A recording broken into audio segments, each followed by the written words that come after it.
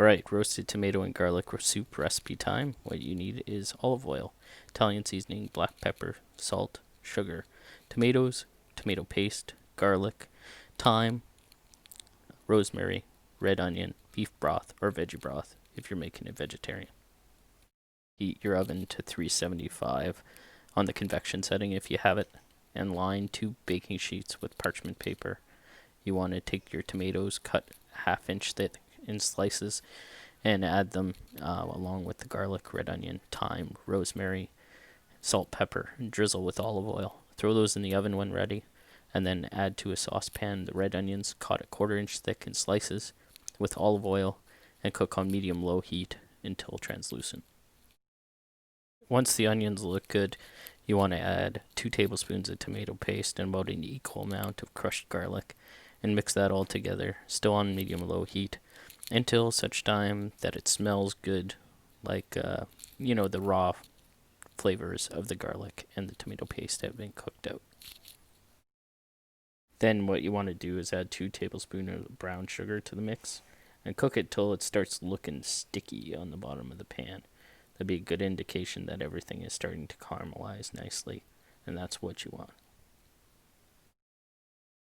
Then you take whatever red wine you have laying around the house that you didn't finish and add it to the pan in about 1/4 cup amount and cook off all the booze for about 4 to 5 minutes. And you should start getting some nice purpley brown sludge at the bottom of the pan, and that's exactly what you want, is that purpley brown sludge. And this is what it looks like.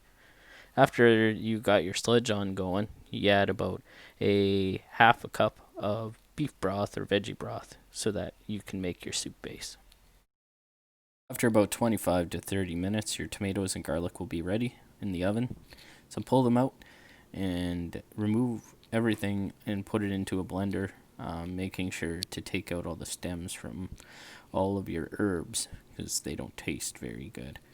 Once it's in the blender, you want to blend it until it's pureed and there is no chunks remaining.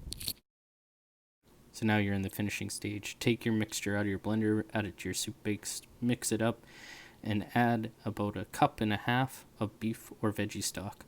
From there, bring the temperature up to a boil and simmer on low afterwards for about 5 to 10 minutes. And now you're ready to eat it after you season and add sugar if it's too acidic. Yeah, it's done now. Yeah.